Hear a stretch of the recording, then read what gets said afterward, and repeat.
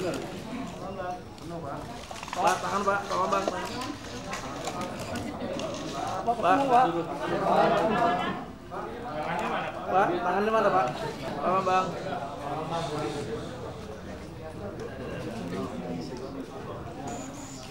Tolong Bang. Tangan Pak. Pak, ada apa Pak? Pak, ini Pak, tangannya Pak, tangan Pak. Tangan Pak. Kira orang senang-senang ya. Ini harus prihatin untuk pemilu ini jadi. Soal evaluasi dulu.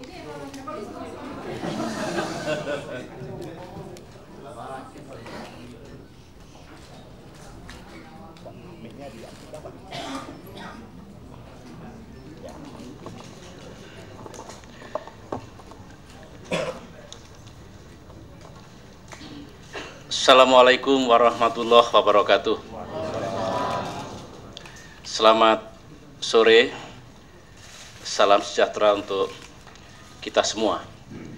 Rekan-rekan wartawan yang saya hormati, pada sore hari ini saya akan memberikan penjelasan pers untuk dikomunikasikan kepada publik. Dan seperti Anda ketahui, ini adalah konferensi pers saya yang pertama selama 2 minggu ini setelah terjadi katakanlah kemelut politik yang menyangkut diri saya selaku Menko Polkam, jadi bukan selaku pribadi. Sebenarnya saya tidak bermaksud untuk menggelar konferensi pers seperti ini dan saya juga berusaha menahan diri untuk mengeluarkan statement yang tidak perlu selama 2 minggu ini karena saya ingin menempuh cara-cara yang elegan, cara-cara yang baik untuk mengatasi masalah yang berkaitan dengan wewenang, tugas, dan tanggung jawab saya sebagai Menko Polkam. Tetapi nampaknya secara resmi kemarin Sekretaris Negara tentunya sebagai spokesperson Presiden Republik Indonesia dan saya pahami bahwa yang disampaikan itu tentu juga merupakan arahan dari Ibu Presiden, maka saya pandang perlu untuk menggelar konferensi pers pada hari ini karena statement Sekretaris Negara tersebut telah diliput secara luas oleh berbagai media massa dan telah dibaca oleh masyarakat kita baik di dalam negeri maupun di luar negeri. Untuk memberikan kejelasan dan klarifikasi sekaligus untuk menyampaikan sikap dan tanggapan saya, maka pada forum yang baik ini izinkan saya menyampaikan hal-hal sebagai berikut. Pertama, ini sifatnya administrasi ya, atau yang berkaitan dengan mekanisme yang ada di dalam sebuah organisasi. Saya menolak anggapan Sekretaris Negara bahwa pada hakikatnya salah dan tidak benar berkomunikasi dengan Presiden itu melalui surat. Saya katakan, di dalam tatanan organisasi, alat komunikasi itu banyak. Bisa dengan surat, bisa dengan memo, termasuk memo pribadi, bisa dengan nota, bisa dengan telaahan, bisa dengan telepon, ataupun menghadap untuk bertemu secara langsung. Oleh karena itu sah dan tidak menyimpang dalam tatanan organisasi kalau saya menyampaikan hal-hal yang penting, memberikan laporan dan mengajukan saran kepada Presiden melalui surat.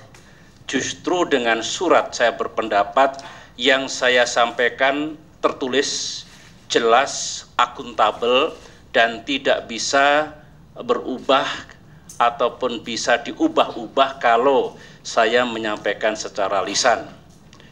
Di samping itu, saya juga pernah menyampaikan hal seperti ini kepada Ibu Presiden sewaktu kita menghadapi persoalan yang pelik untuk mengambil keputusan permasalahan tentang Aceh, dan saya sampaikan surat seperti ini kepada Ibu Presiden agar Ibu Presiden bisa menelaah secara mendalam dan kemudian bisa memilih dan mengambil keputusan yang tepat. Presidennya ada dan tidak menjadi masalah apa-apa waktu saya mengirim surat kepada Ibu pada tahun 2002 yang lalu.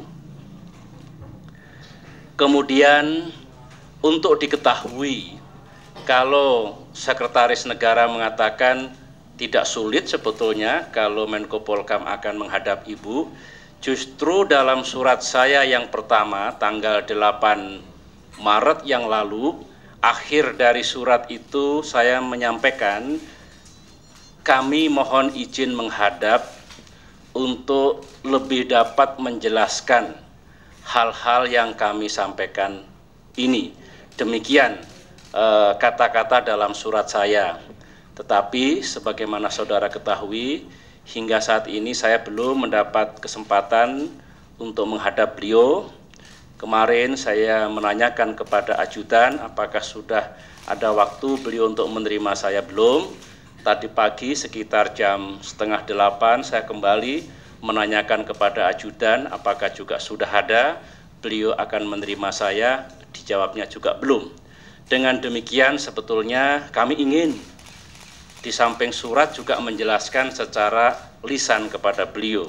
Tetapi hingga saat ini peluang itu belum ada. Ini sekaligus merespon statement Sekretaris Negara yang seolah-olah bisa datang dan tidak harus melewati surat. Nah, komentar-komentar Sekretaris Negara yang saya emosional, melankolis, dan lain-lain, tidaklah perlu saya memberikan tanggapan ya. Karena itu menurut saya menyangkut sikap, menyangkut etika profesional seorang pejabat, apalagi sesama menteri di dalam Kabinet Gotong Royong yang secara pribadi saya juga mengenal Saudara Bambang Kesowo sebetulnya. Tetapi saya pahami bahwa yang disampaikan Sekretaris Negara itu ya itulah garis ataupun arahan Ibu Presiden. Rekan-rekan wartawan yang saya hormati, karena saya memang tidak mengungkap apa isi dari surat saya yang dulu dan surat saya yang tadi sudah saya sampaikan ke beliau karena belum bisa menghadap secara lisan, karena bagi saya surat ini untuk Ibu Presiden. Kalau Ibu Presiden membaca lengkap, tentu saya berharap ada respon beliau, ada petunjuk beliau, saya diterima menghadap untuk mendapatkan keputusan. Justru saya menghormati seperti itu, tetapi kemarin Saudara Sekretaris Negara menjawab, merefer kepada surat itu dan jawabannya disampaikan kepada publik, kepada para wartawan yang ada di istana kemarin. Sebenarnya masalah ini sangat sederhana tetapi krusial, penting, karena menyangkut wewenang, tugas, dan tanggung jawab saya sebagai Menteri Koordinator. Saya merasakan dan saya menilai bahwa kewenangan saya untuk melakukan pengendalian operasional, arahan operasional terhadap pejabat jajaran Polhukam, mengemban tugas-tugas Polhukam utamanya dalam pemilu ini yang oleh arahan Presiden pada tanggal 31 Januari tahun 13 Januari tahun 2001 dulu itu diserahkan kepada Menteri Koordinator. Nampaknya menurut pendapat dan penilaian saya itu dikendalikan langsung oleh Ibu Presiden. Saya hanya ingin mohon kejelasan apakah peran itu, wewenang, tugas, dan tanggung jawab itu masih berada pada saya atau Ibu akan mengambil alih dan mengendalikan para pejabat itu secara langsung. Mengapa ini prinsip? Ini sudah masuk kampanye pemilu. Sangat dinamis situasinya, tidak mustahil ada gangguan maupun hambatan baik politik maupun keamanan. Seorang Menko Polkam yang tidak memiliki otoritas dan resources sebagaimana yang telah diatur, sulit bagi saya untuk mengemban tugas dengan baik. Inilah sebetulnya dan isi dari surat saya yang menyangkut posisi saya sebagai Menko Polkam sebetulnya itu. Namun sekali lagi surat disertai permohonan untuk menghadap itu tidak mendapatkan respon dan tentunya saya beranggapan nihil, untuk menghadap pun nampaknya tertutup dan tentunya ini menyulitkan bagi saya untuk melaksanakan tugas lebih lanjut. Ada yang mengatakan saya ragu-ragu, saya takut, mengapa tidak mundur segera dan sebagainya. Bukan itu, saudara-saudara. Ada masalah, harus diatasi masalah itu. Saya harus berkonsultasi kepada Ibu Presiden bagaimana mengatasinya. Jadi justru saya menjalankan proses dan mekanisme yang benar menyangkut hubungan antara beliau Presiden dan saya sebagai pembantu Presiden, sebagai Menteri Koordinator di bidang politik dan keamanan. Atas itu semua, terus terang memang situasinya menjadi sulit karena situasi atau keadaan politik dan psikologis di tingkat kabinet ini tentu sulit bagi saya untuk bisa mengemban tugas dengan baik. Barangkali menyangkut kepercayaan Ibu kepada saya, hubungan pribadi saya, hubungan kerja saya dengan Ibu Presiden tentunya terganggu dengan situasi seperti ini, dan barangkali juga ada lingkaran-lingkaran di dalam ya, atau termasuk Sekretaris Negara sebagai tangan kanan Presiden yang tentunya dengan situasi seperti ini sulit bagi saya untuk mampu mengemban tugas dengan baik ya. Dan kalau ini saya tidak memohonkan sesuatu yang tepat, maka kinerja bisa terganggu, kinerja Presiden terganggu, kinerja kabinet terganggu, kinerja saya sendiri sebagai Menko Polkam yang tugasnya tidak ringan juga terganggu. Atas dasar itulah rekan-rekan semua, tanpa emosi ya, dengan pertimbangan dan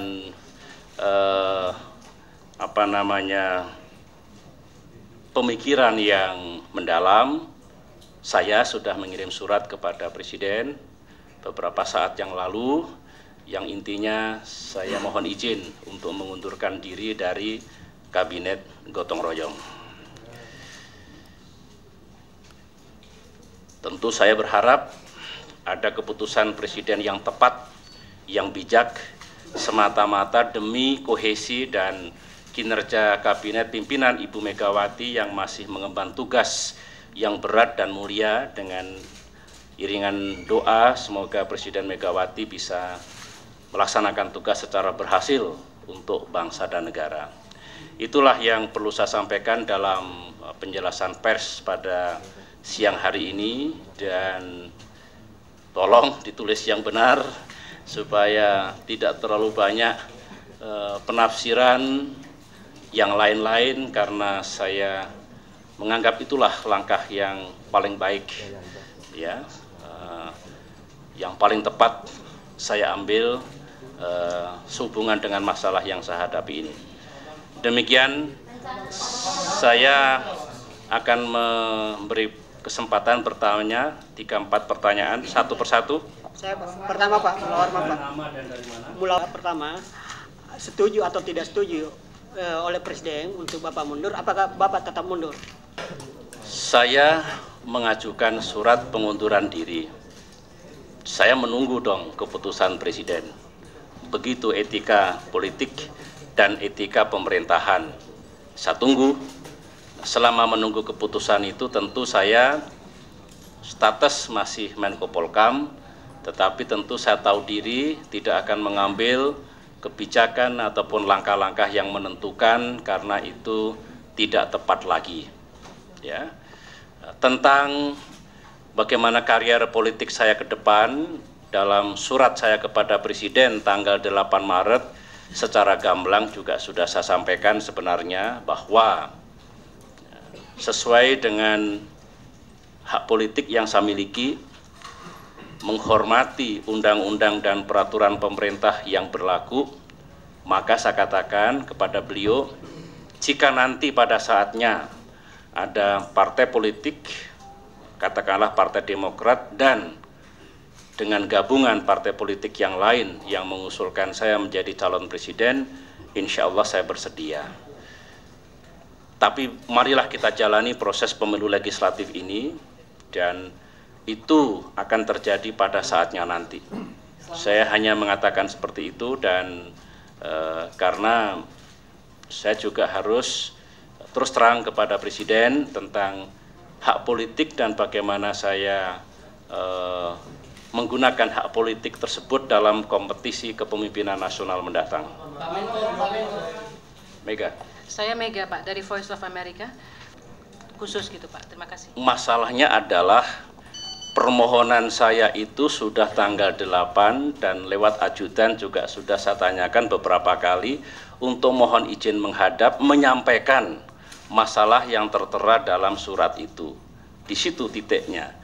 Tetapi kalau itu tidak direspon oleh beliau, ya, dan dianggap tidak ada, kemudian malah yang penting hadir saja dalam sidang kabinet dengan topik yang lain, dengan tema yang lain, tentunya itu terus terang tidak merespon permohonan saya untuk bisa menghadap kepada beliau.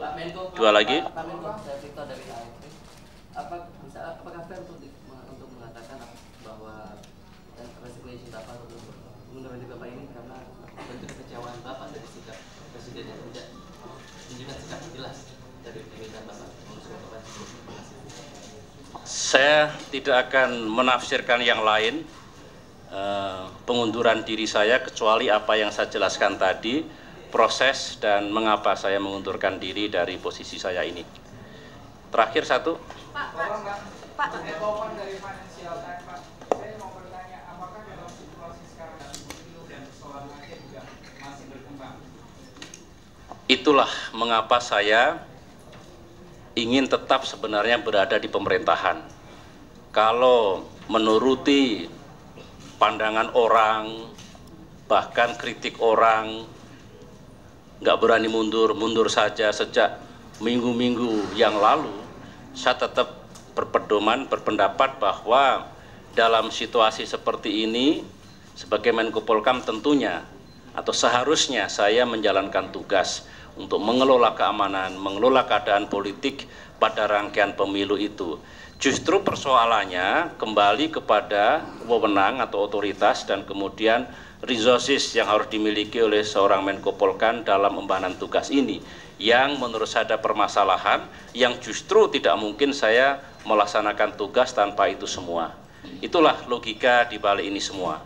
Dan yang jelas saya sudah menyampaikan kepada Presiden semua persoalan ini yang semestinya saya sungguh berharap kemarin-kemarin atau ada respon dari beliau dan bukan statement Sekretaris Negara yang menurut saya mementahkan atau menggeser persoalan intinya. Saya kira demikian.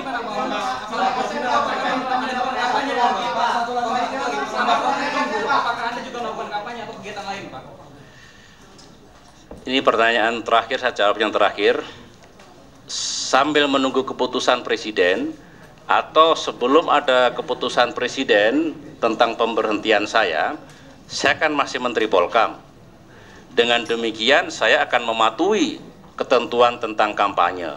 Ada aturannya, undang-undangnya ada, peraturan pemerintah nomor 9 tahun 2004 ada, akan saya patuhi itu semua, dan tidak mungkin saya baru katakanlah mengajukan pengunduran diri sudah tidak patuh pada aturan pemerintah yang saya juga ikut ada di dalamnya. Sekian, Assalamualaikum warahmatullahi wabarakatuh.